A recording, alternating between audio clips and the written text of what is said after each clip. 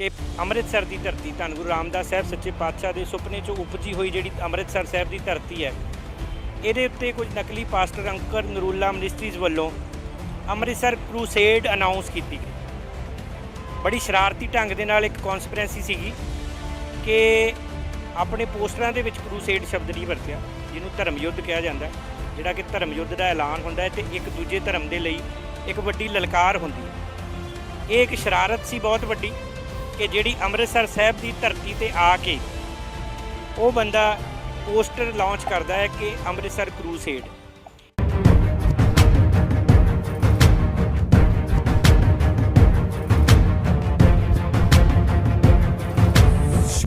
Problem यह है कि जब अनपढ़ता और अज्ञानता इकट्ठी हो जाती है तो वो ऐसी बातें करती है कि क्रिश्चियन लोग लड़ाई करना चाहते हैं, क्रिश्चियन लोग क्रूसेड करना चाहते हैं। क्रूसेड शब्द में कुछ भी गलत नहीं है,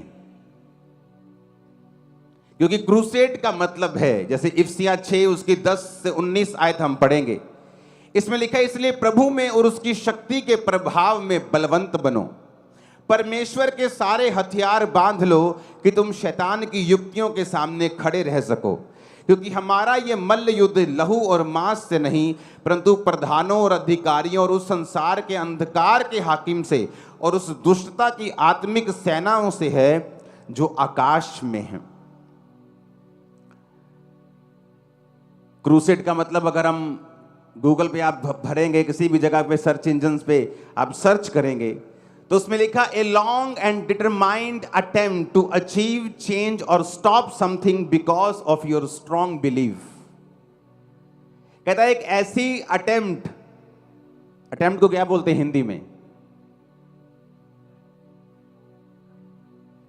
हाँ, ट्राई करना, जैसे अटेम्प्ट करना, ट्राई करना, काम करना, कुछ ऐसा काम बार बार करना, अटेम्प्ट करना,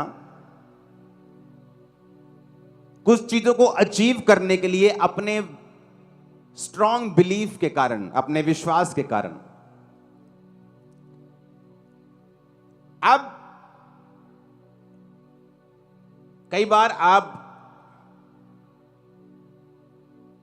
चैनल पे देखते हो, वहां पे लिखा होता है कि इस संडे बैटल होगी भारत और पाकिस्तान के बीच, लड़ाई होगी। क्यों? मैच में, क्रिकेट मैच में। लेकिन क्या होता है वहां पे? The battle between India and Pakistan लिखा होता है कि नहीं लिखा होता? इसका मतलब क्या? तोपगोलों के साथ लड़ाई होने वाली, परमाणु बम्बों के साथ लड़ाई होने वाली नहीं। क्रिकेट में क्या होने वाली है? लड़ाई होने वाली। और अगर कोई अनपढ़ बंदा टीवी देख रहा हो उस समय बोले, कमेंट्री सुन के कि ओ कह रहे जी भारत पाकिस्तान में लड़ाई होने वाली है जी, चलो चलो तैयारियां कर लो, चक लो चक लो चक लो, सारे तलवारें चक लो। अरे बेवकूफ, वो लड़ाई भारत और पाकिस्तान की क्रिकेट में होने वाली है।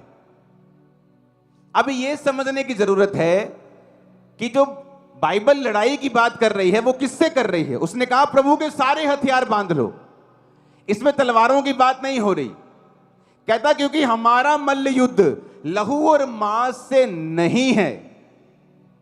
अगर लहू और मांस से युद्ध ही नहीं है तो फिर प्रॉब्लम किस चीज की है? अब इंग्लिश का एक शब्द है क्रूसेड, हिंदी का शब्द है लड़ाई, उसे आप किसी भी तरीके से इस्तेमाल कर सकते हो। जब किसी का मैच होता है वो भी कहता है युद्ध होने वाला है, the battle between India and Pakistan.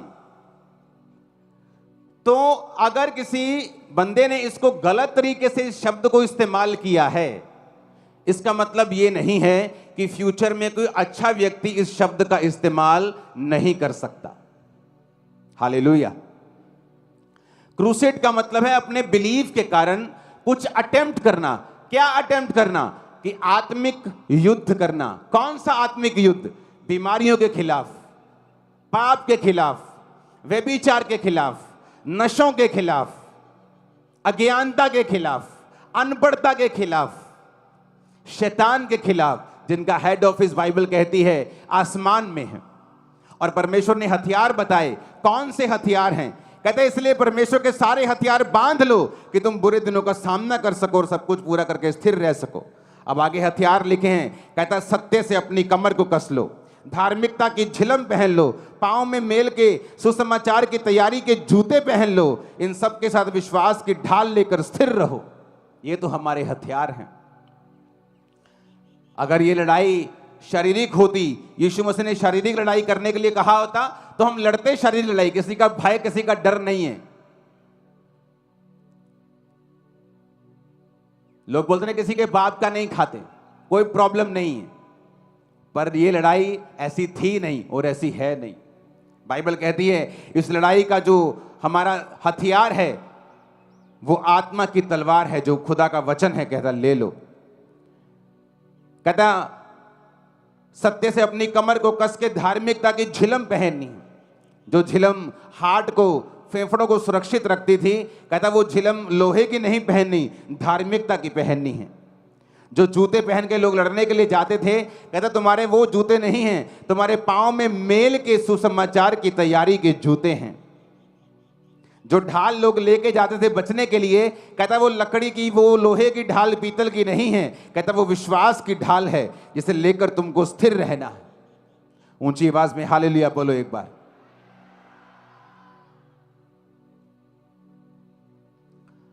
तो बाइबल कहती तुम्हारा ये युद्ध शारीरिक नहीं है। अगर ये बाइबल शारीरिक युद्ध करने को बोलती तो हम करते, किसी का डर भय नहीं है। लेकिन बाइबल कहती है, यीशु मसीह ने कहा तुम्हारा ये युद्ध शारीरिक नहीं बल्कि आत्मिक है। हमारे YouTube चैनल को सब्सक्राइब करें ताकि आप परमेश्वर के गहरे भेदों को जान सकें कि कैसे आप परमेश्वर में बढ़ सकते हैं, कैसे आप दुष्ट आत्माओं से, नशों से, बीमारियों से और वंशों के श्रापों से आजाद हो सकते हैं।